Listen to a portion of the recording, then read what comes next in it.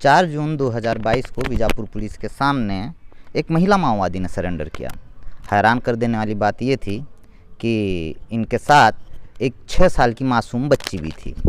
अब सवाल ये है कि संगठन में रहते हुए ये बच्चे कैसे पैदा किए। दरअसल जब भी संगठन में रहते हुए शादियां होती हैं तब जो है पुरुष नक्सली की नसबंदी की जाती है। इसके पीछे 2 वजह होते हैं। पहली वजह ये कि भाई संगठन में रहते हुए यदि महिला गर्भ धारण कर लेती है तो गर्भावस्था में महिला जो है जंगल नहीं घूम पाएगी, और साथ ही यदि किसी तरह का एनकाउंटर होता है उस परिस्थिति में जवानों को मुंह तोड़ जवाब नहीं दे पाएगी। और दूसरी वजह ये होती है कि भाई पुत्र मोह में कहीं संगठन का साथ ना छोड़ दे।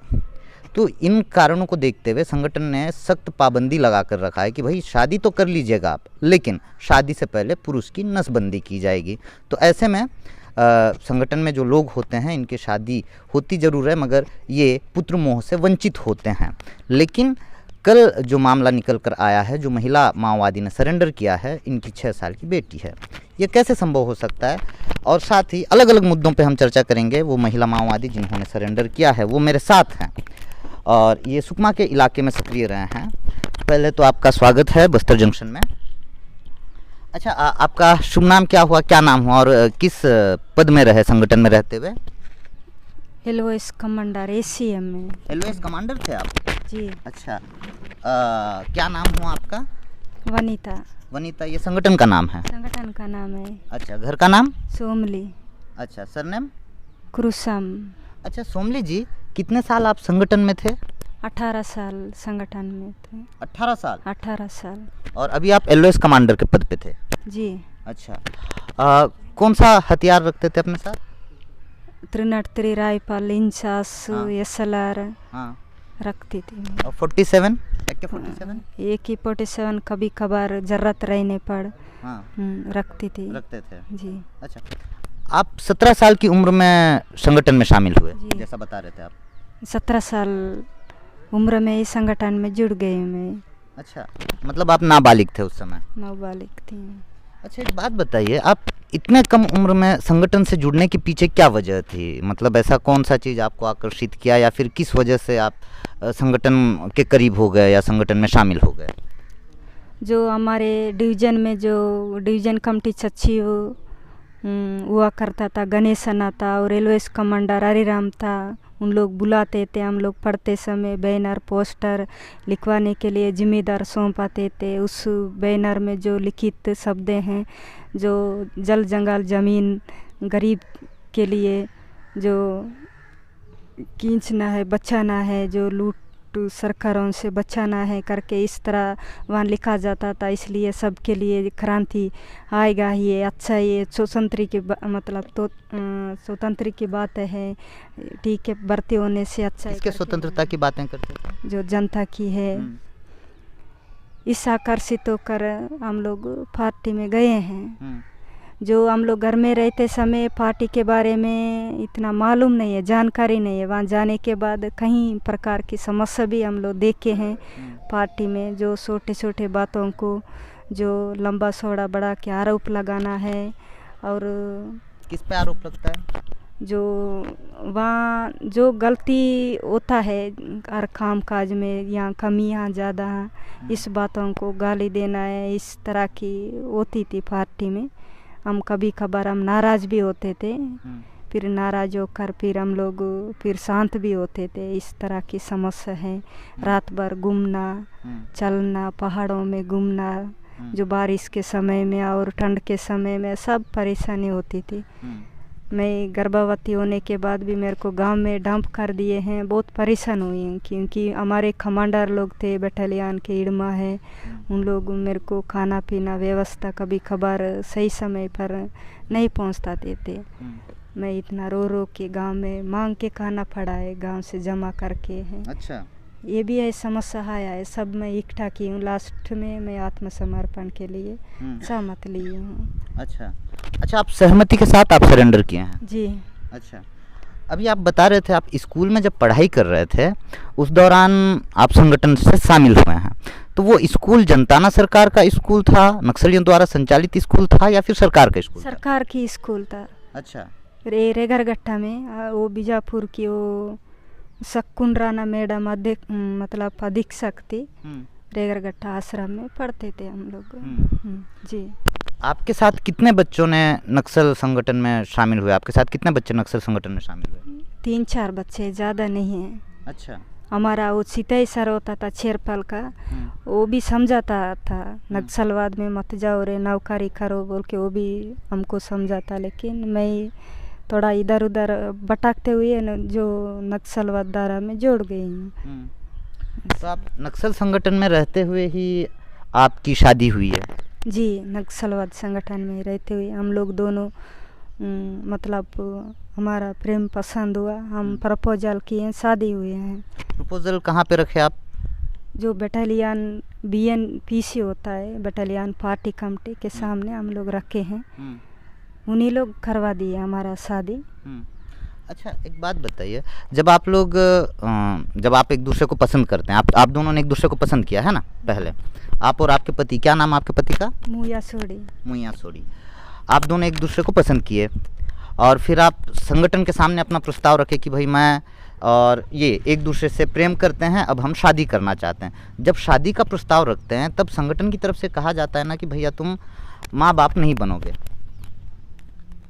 ऐसा कहा जाता है क्या? ऐसा कहा जाता है क्योंकि मिलिट्री में वो समस्या आएगा, बच्चे रहने से लड़ाई में वो समस्या है, बहुत समस्या बच्चे लोगों को लेके, आप लोग बच्चे नहीं रखना है करके दबाव भी डाले हैं। मगर ये मैं प्रेग्नेंट होने के कारण भी है, जो डॉक्टर उस समय नहीं था, नसबंदी का डॉक्टर। अच्छा। इस कारण से मैं गर्भवती हुई। उसके बाद वो बटालियन इड़मा था, गर्भधारण करने के लिए गोली खाने से अच्छा है करके मुझे समझा के देखा, फिर मेरे को मुश्किल होगा वो। अच्छा, एक सेकंड, आप गर्भधारण करने के बाद आपका क्या करना चाहिए, एबॉर्शन के लिए टैबलेट दिया जा रहा था क्या आपको? समझा के देखें, लेकिन मैं नहीं खाई हूँ। क्यों नहीं खाए?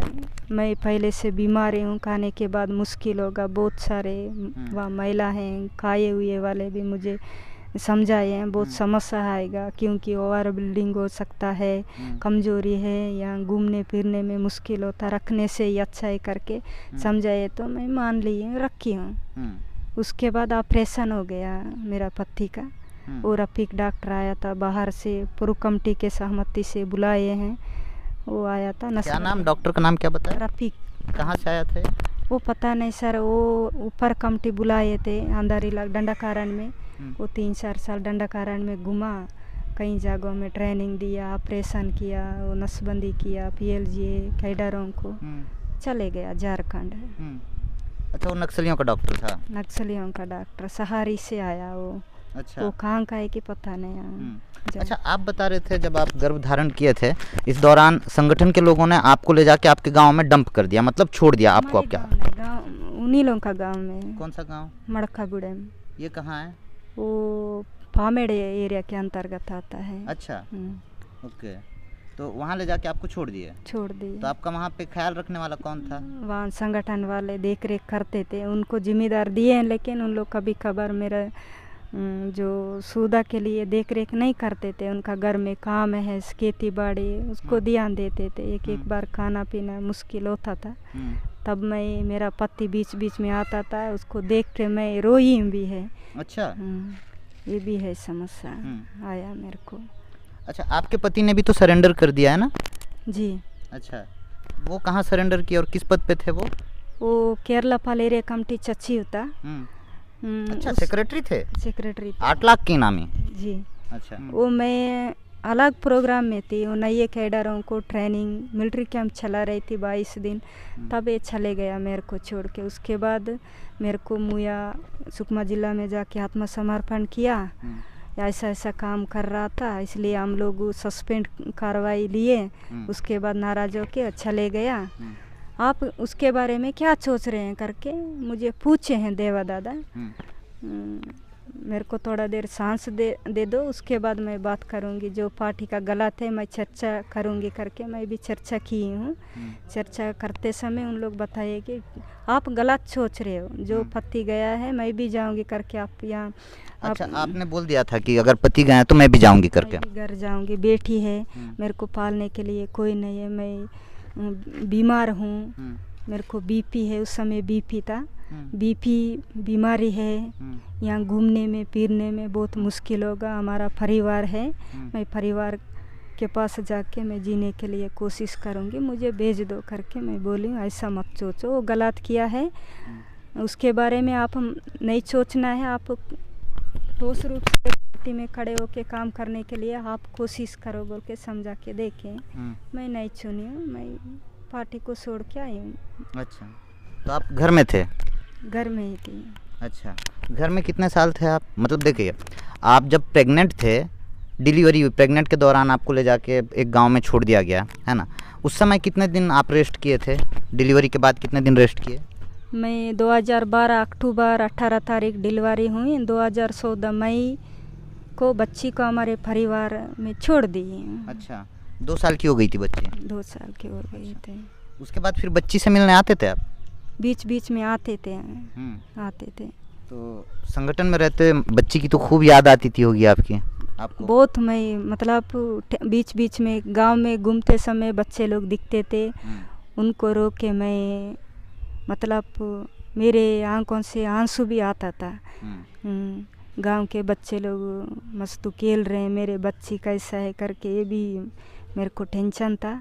और बीच बीच में बच्ची को देखने के लिए छुट्टी भी मांगने से अभी ये काम है वो काम है करके छुट्टी भी नहीं मिलता था। ये भी है समस्या मेरे को पार्टी में आया है।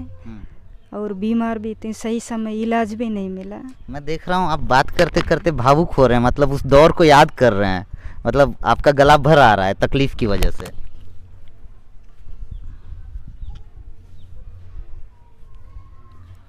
दरअसल ये माँ का प्यार है। मैं जैसे ही बोल पड़ा, उससे पहले ही जो है ना, इनके आवाज़ में वो भारीपन मैं महसूस कर रहा था। आप उस दर्द को महसूस कीजिए। मैं बार बार यही बताने की कोशिश करता हूँ कि भले नक्सल संगठन में ज़रूर शामिल हैं लोग, लेकिन उनके अंदर भी एक इंसान ज़िंदा है, उनके अंदर भी एक माँ ज़िंदा है और उनके अंदर एक बेटा ज़िंदा है। जाहिर सी बात है, आप उन रिश्तों से कभी अपने आप को अलग नहीं कर सकते, जैसे कि वनिता अपने आप को नहीं कर पाई। आज जब वो संगठन का नाता छोड़कर मुख्य धारा में शामिल हो चुकी हैं, फिर भी ये उस दौर को याद करके भावुक हो जा रहे हैं। अच्छा अनिता, एक चीज़ और जानना चाहूँगा मैं, आप अभी 2 बार हिडमा का जिक्र किए हैं,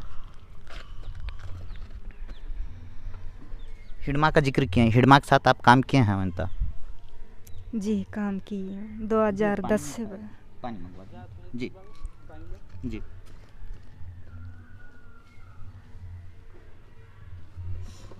कुछ देर हम इस इंटरव्यू को ब्रेक करते हैं। दरअसल वनिता थोड़ी सी भावुक हो गए हैं। कुछ देर हम ब्रेक करते हैं, इसके बाद जो है हम कंटिन्यू रखेंगे। आप संगठन को फिर छोड़कर, मतलब बच्ची की याद में जो है आप संगठन को छोड़ के घर पे आके रहने लग गए थे? जी। अच्छा, आप जब कभी जब घर आते थे आप अपनी बच्ची से मिलने, तो बच्ची भी रोती थी होगा आपको देखकर, मम्मी कहाँ चले गए थे करके? जो मैं देखने के लिए घर आती तो हमारे माँ बाप परिवार भी गाली देते थे। हाँ। आप हम माँ बाप को छोड़ के चले गए, वहाँ बच्चा पैदा करके यहाँ छोड़ के गई है। हाँ। बच्चे के छोड़ के आप गांव में घूम के खाना खा रहे हो। हाँ। आपको कैसा लग रहा है? गाली भी दिए। मैं इससे पहले पार्टी में जाने के बाद भी जो गांव के संगठन वालों को आप ही नक्सलवाद में भेजें करके उनसे नाराज भी थे, गाली भी दिए संगठन वालों को। हमारा पिताजी भी। लीजिए, आप पहले पानी पी लीजिए और फिर हम इंटरव्यू कंटिन्यू करते हैं। लीजिए।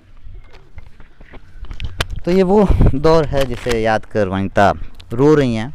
खैर, अब ये मुख्य धारा में शामिल हो चुके हैं, इनके पति पहले ही सरेंडर कर चुके हैं, इनके पति एक बड़े पद पे रहे हैं। इसके बाद मेरा जो अगला रिपोर्ट वह इंटरव्यू होगा।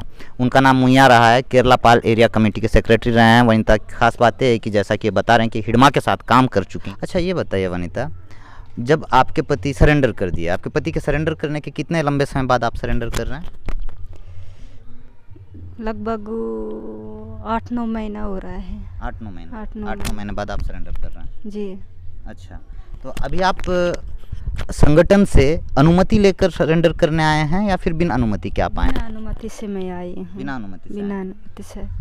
आपको लेने पुलिस के लोग आए थे या फिर आप पुलिस के पास पहुंचे? पुलिस लेने गए थे। पुलिस लेने आई थी। जी, आप सहमति जता के बच्चे को लेकर आ गए। आ गई। कौन से गांव में रह रहे थे आप? सावनार में। सावनार, ये गंगलूर सावनार। अच्छा, यहीं सावनार के रहने वाले हैं आप? यहीं के रहने वाले हैं। अच्छा, चलो बहुत बढ़िया, बहुत बढ़िया।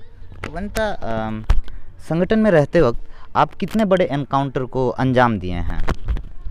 मैं बड़ा एनकाउंटर रानी बोदिल में शामिल थे, डॉक्टर के रूप में इलाज की हूँ घायलों को, बस। अच्छा। बाकी जो छोटा छोटा एम्बुस मुठभेड़ से मैं शामिल थी। अच्छा, अभी हाल में मैं नक्सलियों को फंडिंग कैसे होता है इस पे स्टोरी कर रहा था। एक पुलिस अधिकारी से जब मेरी बात हो रही थी, उन्होंने मुझको बताया कि एलओएस द्वारा ही नक्सलियों को फंडिंग का जो लेवी वसूली होता है नक्सलियों का, वो एलओएस ही करता है नक्सलियों का, है ना? तो क्या एलओएस ही करता है? आप एलओएस कमांडर रहे तो आपको ज़्यादा बेहतर जानकारी होगी। ठीक, जो वहाँ फंडिंग लेते समय पहले प्रस्ताव होता है, प्रस्ताव के मुताबिक संगठन को प्रस्ताव सुनाना है, इस वर्ष कितना लेना है करके जो प्रस्ताव सुनाने के बाद उन्हीं लोग जमा करते हैं। जमा करने के बाद एलओएस कमांडर को सौंपते हैं। कौन जमा करते हैं? जो गांव में जो संगठन है, डीएके में से, केए में से, उन्हीं लोग करते हैं। ये किन से वसूली करते हैं? वो जनता से करते हैं। अच्छा, जनता से वसूली करने की जिम्मेदारी दंडकारण्य आदिवासी किसान मजदूर संगठन और कौन सा है? केएमएस क्या है? केएमएस क्रांतिकारी आदिवासी संगठन। हाँ, क्रांतिकारी आदिवासी संगठन, ठीक। तो ये इनकी जिम्मेदारी है जनता से वसूली की ना। अब जो जैसे ठेकेदार हो गए, तेंदुपत्ता ठेकेदार हो गए, सप्लायर हो गए, अलग अलग विभाग के लोग हो गए, इन लोगों से सप्लाई की जिम्मेदारी किसकी होती है? जो डिवीजन कमेटी होते हैं उन्हीं लोगों का जिम्मेदारी होता है। अच्छा, जनता से कितना रुपया अभी तय है वसूली का? हर घर से? घर से 200-300 लिया जाता है। 200 या 300? 300 रुपया। 300। और ट्रैक्टर जिनके पास है उनसे 8,000 10,000 इस टाइप लिया जाता है। और जिनके पास मोटरसाइकिल है? मोटरसाइकिल का नहीं लेते हैं। नहीं लेते हैं। और जिनके पास पिकअप है? लेते हैं। कितना लेते हो? 7,000। अच्छा, ये जो बिजनेसमैन होते हैं गांव में, थोड़ा बड़े बिजनेसमैन जिनके पास ट्रक वगैरह रहता है, उन लोगों से कितना वसूलते हो? 25,000 30,000 ऐसा सालाना। तो वो लोग खुद ला के देते हैं संगठन को या संगठन का कोई आदमी उनके दुकान तक जाता है? नहीं, ये एरिया कमेटी सदस्य लोग जाते हैं, बुलाते हैं, बुलाने के बाद समझाते हैं, उन लोग भी बताते हैं इस साल हम दे नहीं सकेंगे भैया करके। उन लोग भी जो उनका विचार पार्टी के सामने रखते हैं, लेकिन फिर समझाना भी पड़ता है, दे दो करके उन लोग का दूसरे घर से भी निकाल के दे देते हैं। ये समस्या है जो गरीब रहता है, जो मतलब बड़े वर्ग के लोग होते हैं, फिर मतलब बराबर लेने से वो भी है समस्या है पब्लिक के पास। कुछ लोग नाराज़ भी होते हैं घर में लोग, पार्टी वाले इतना ले रहे हैं हम नहीं दे पाएंगे। ये सालाना तय रहता है ना? साल का तय रहता है ना? साल का ही रहता। अच्छा, ये आश्रम अधीक्षक, ग्राम पंचायत सचिव लोगों से भी वसूलते हो क्या? सचिव लोगों के यहाँ से नहीं वसूलते। अधीक्षक लोगों से, आश्रम अधीक्षक, पोटा के बिन अधीक्षक लेते हैं 10,000 15,000 लेते हैं। उनका मतलब उनका ईमानदारी से दे देते हैं मांगने से। हाँ जी। तो ये लोग खुद ला के छोड़ते हैं या आप लोग जाते हैं उनके लेने? खुद ला के छोड़ते हैं, बुलाने से आते हैं। अच्छा। जो मैं यहाँ बैठी हूँ, फलाना आदमी को बुला के लाओ बोलने से गांव वाले जाते हैं, बुला के लाते हैं, जो मेरे सामने आके बैठता है, जो हम संदा के बारे में बात करने के बाद दे देते हैं। अच्छा जी। एक बात बताइए, जितना मैं जानता हूँ, जितना मैंने सुना है, जो मेरे सोर्सेस हैं, जो मेरे सूत्र हैं, पत्रकारों के भी अपने सूत्र होते हैं ना, उनके पास भी खबर पहुँचता है, चाहे वो पुलिस हो, सरकार हो, नक्सल संगठन के लोग हों। मुझको ये खबर है कि आश्रम छात्रावासों में, पोटा केबिनों में भी, जैसे आप बता रहे थे, आज से 18 साल पहले आप सरकारी स्कूल में ज़रूर पढ़ रहे थे, लेकिन आप नक्सल संगठन के संपर्क में थे। ऐसे ही आज भी बहुत से ऐसे स्टूडेंट हैं ना, जो संगठन के संपर्क में सीधे हैं क्या? जी जो आप लोगों का काम भी करते हैं। जी। और ऐसे जो स्टूडेंट हैं ये जिला मुख्यालय, संभाग मुख्यालय में भी हैं, रायपुर में भी हैं जी। आपके संपर्क में कितने लोग थे? मेरे संपर्क में जो मेरे एलओएस कमांडर के द्वारा छात्रों को जो मीटिंग करना बुलाने का कोई जिम्मेदार नहीं रहता है, जो एरिया में छात्र संगठन अध्यक्ष होता है वही संपर्क कर लेता है। वही संपर्क करता जी। है। अच्छा, इनका काम कैसा होता है, क्या काम करवाते हैं इन बच्चों से आप लोग? छात्रों को जो छात्रवृत्ति कैसे मिल रहा है, मतलब जो स्कूल में, कॉलेज में, हॉस्टल में क्या रैंकिंग चल रहा है, इस टाइप का पढ़ाई कैसा चल रहा है, किस नहीं ये तो ठीक है, ये उनकी समस्या या उनकी फिक्र है आप लोगों को, तो ये सारी चीज़ें पूछ रहे हैं। लेकिन संगठन के लिए कोई काम लेते हो क्या इनसे? जैसे भाई हमारे लिए पेन ले आओ, हमारे लिए किताब ले आओ, हमारे लिए ये ले आओ, हमारे लिए वो ले आओ, तमाम चीज़ें जो होती है, बैटरी मंगवा लिए, है ना, ऐसा कुछ मंगवाते हो? छात्रों के द्वारा मंगवाते हैं सब। मंगवाते हो? दवाई वगैरह मंगवाते हो? दवाई नहीं लाते हैं। दवाई नहीं लाते। अच्छा, दवाई कहाँ से पहुँचता है संगठन के पास? वो ऊपर कमेटी से ही होता है दवाई, जो या गवर्नमेंट शासन द्वारा गांव-गांव में इलाज करते हैं, उन लोग भी मदद करते हैं, इस टाइप का होता है। अच्छा जी। चलिए ठीक है वनीता जी, वनीता ना? जी। हाँ, संगठन वनीता था और घर पे क्या? सोमली।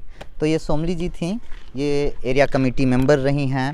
अलग अलग विषय पे काफ़ी लंबी चर्चा हुई।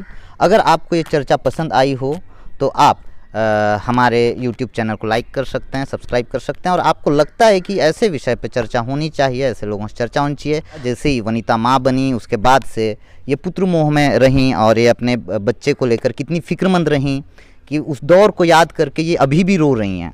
तो आप समझ सकते हैं कि नक्सलियों में भी मानवीय संवेदनाएँ होती हैं, जाहिर सी बात है, इंसान ही है वो। तो खैर, तो आपको लगता है कि ऐसे विषयों पे चर्चा होनी चाहिए तो आप हमारे YouTube चैनल को सब्सक्राइब कर सकते हैं। इसके अलावा आप हमें ट्विटर और फेसबुक पे फॉलो कर सकते हैं। धन्यवाद।